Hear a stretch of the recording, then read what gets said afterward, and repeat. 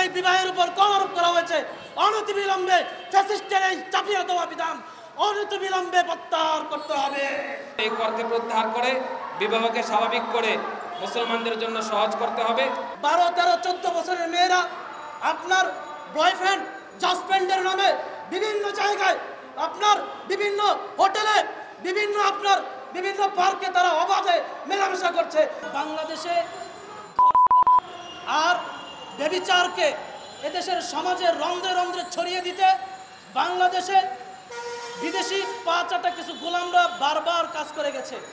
তারা সর্বপ্রথম যে কাজটা এদেশে করেছে সেটা হলো এদেশে বাল্য বিবাহ নামে এদেশে বিবাহের মধ্যে একটা সুন্দর কৌশল করে বিবাহের মধ্যে একটা নতুন সিস্টেম নিয়ে এসেছে।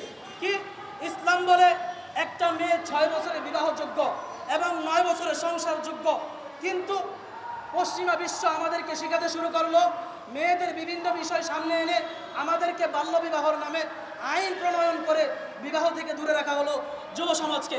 ফলশ্রুতিতে আমরা কি দেখতে পেলাম? আমরা দেখতে পেলাম এদেশের 12, 13, 14 বছরের মেয়েরা আপনার বয়ফ্রেন্ড হাজব্যান্ডের নামে বিভিন্ন জায়গায় আপনার বিভিন্ন হোটেলে বিভিন্ন পার্কে তারা অবাধে মেলামেশা করছে। তাদের এই অবাধে মেলামেশার বিরুদ্ধে সরকারের কোনো পদক্ষেপ আমরা দেখতে পাচ্ছি না। আমরা শুধু দেখতে পাচ্ছি বিবাহের ক্ষেত্রে বিবাহকে যেন এদেশের মানুষ যেন বিবাহের মাধ্যমে বিবাহকে যত ছোট করা যায় এই কাজগুলো আমরা দেখতে পাচ্ছি। এরপরে আরেকটা বয়ান আমাদের সামনে নিয়ে আসা হলো, সেটা কি? সেটা হলো আগে নিজের পায়ে দাঁড়ান তারপরে বিবাহ করুন। এটাও আমেরিকার বানিয়ে দেওয়া বক্তব্য, যা কোরআন বিরোধী এবং খোদাদ্রোহী মার্কা বক্তব্য। এটা মুসলমানের বক্তব্য নয়।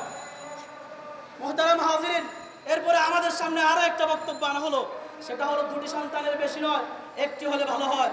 কি উদ্দেশ্য? কি উদ্দেশ্য? একটাই, এদেশের মধ্যে আমাদের দেশে যেন মুসলমান আপনার জনসংখ্যা বৃদ্ধি না পায়। কেন? আল কুফরু মিল্লাতুন ওয়াহিদা। ওরা মনে করে মুসলমান জনসংখ্যা যদি বৃদ্ধি পায় তাহলে তাদের জন্য এটা বড় হুমকি স্বরূপ হয়ে দাঁড়াবে।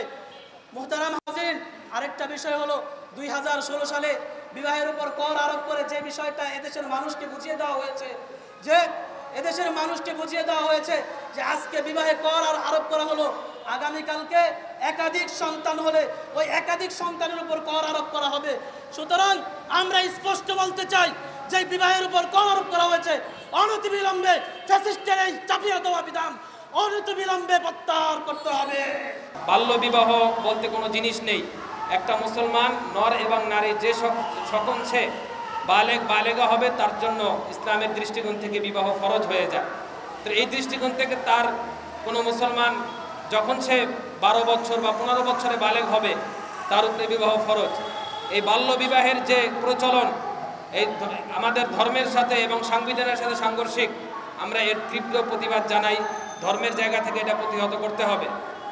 দ্বিতীয় বিষয় হলো এই যে কর আরোপ করা হয়েছে, বর্তমান উপদেষ্টার কাছে আমরা আবেদন জানাবো এই করকে প্রত্যাহার করে বিবাহকে স্বাভাবিক করে মুসলমানদের জন্য সহজ করতে হবে। আমরা মনে করি এর ধারাই এই বর্তমান সরকারের উপকার হবে এবং তার ক্ষমতা স্থায়িত্ব হবে।